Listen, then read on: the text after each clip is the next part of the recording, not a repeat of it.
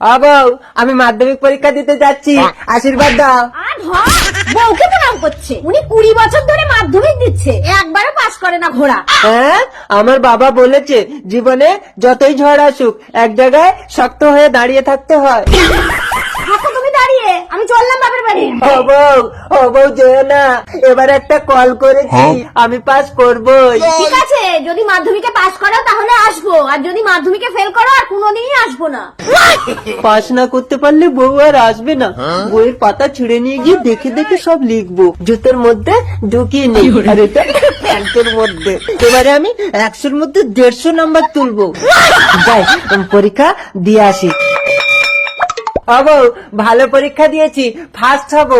তুমি বাড়ি চলো। কি পরীক্ষা দিয়েছো? বাংলা। এই তো, এই টুকলি দেখে আমি সব লিখেছি।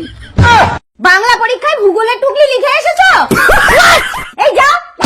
বউ, একটু করবো, কি করবে? একটু প্রণাম করবো। তোমাকে মাধ্যমিক পরীক্ষা দিতে হবে না, একবারও পাস করো না। আরে মাস্টাররা আসলে মূর্খ, লেখাপড়া জানে না, আমার পরীক্ষার খাতা কাটিয়ে দেয়।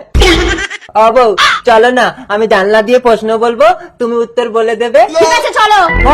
বউ, 4 পা বিশিষ্ট পশুর নাম কি? আরে তোমার নামটা আগে লেখো। ঠিক আছে, আমি একটা 4 পা বিশিষ্ট পশু। চিন্তা করবি না। বউ, মাধ্যাকর্ষণ শক্তি কাকে বলে?